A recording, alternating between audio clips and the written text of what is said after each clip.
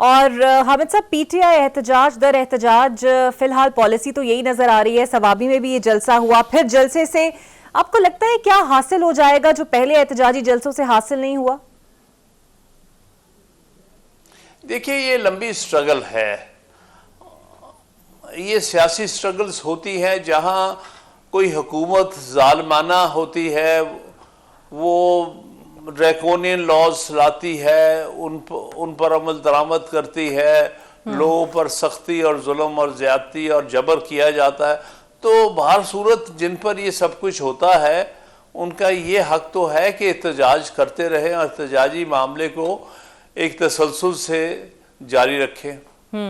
صحیح. اور جے یو آئی کے بارے میں خبریں ہیں کہ وہ بانی پی ٹی آئی سے ملنا چاہتے ہیں. کیا بانی پی ٹی آئی جمعیت علماء اسلام کی قیادت سے ملنے پہ تیار ہو جائیں گی؟ کیونکہ ماضی میں دونوں کے سٹانس میں خاصا فرق تھا.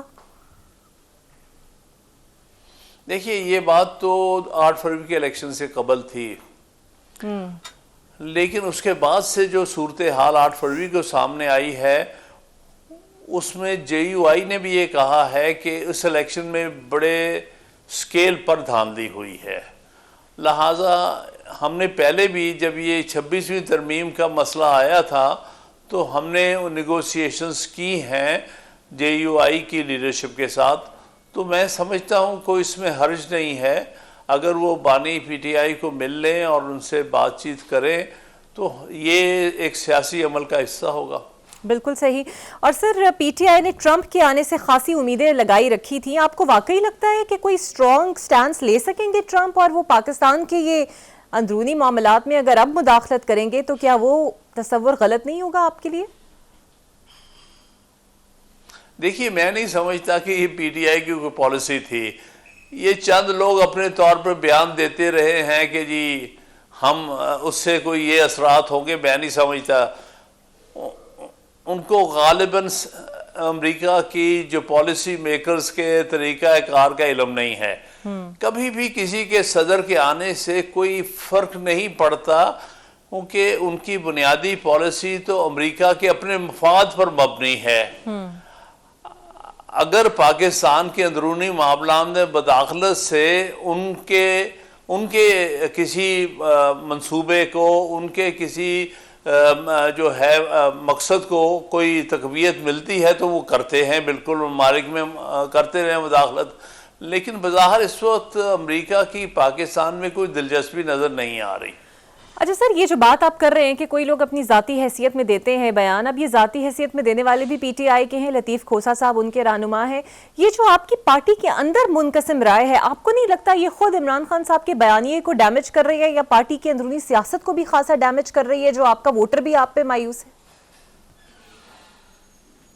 دیکھیے، یہ غیر ذمہ دارانہ باتیں ہوتی ہیں جب آپ وہ بات کریں جس پر آپ کو کوئی نہ تو کوئی نالج ہو، نہ پوری طرح سے اس کے پیچھے آپ کو بین الاقوامی طریقہ کار جو تعلقات کا ہوتا ہے اس کے بارے میں پوری طرح علم ہو. تو اس پر آپ کوئی بھی اگر بیان دیتے ہیں تو وہ ذمہ دارانہ بیان نہیں ہو گئے. بالکل صحیح. سر، سپریم کورٹ کی ججز کی تعداد اور مرات میں اضافہ کیا گیا ہے، اور ایک غریب عوام پر ایسا بوجھ یکدم ڈال دینا، بطور پی ٹی آئی رہنما آپ اس پر کیا سوچتے ہیں؟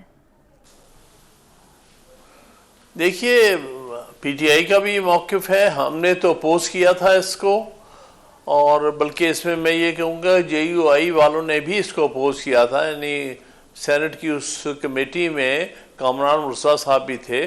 کوئی ضرورت نہیں ہے. 17 ججز جو ہے اس وقت سینکشن اسٹرینتھ بالکل درست ہے.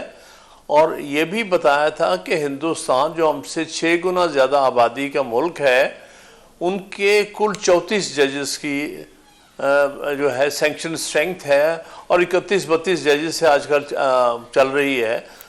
تو آپ کو یہاں کون سی ایسی ضرورت پیش آ گئی کہ آپ 34 ججز اور یا 25 ججز بھی ایون ان کو لگائیں؟ یہ ملک کے خزانے میں بہت بھاری ایک بوجھ ہوگا، اور اس لیے میں سمجھتا ہوں غیر ضروری. اس کا مقصد یہ اپنے پسند کے ججز کو بھرنا چاہتے ہیں سپریم کورٹ میں. بالکل ٹھیک ہے.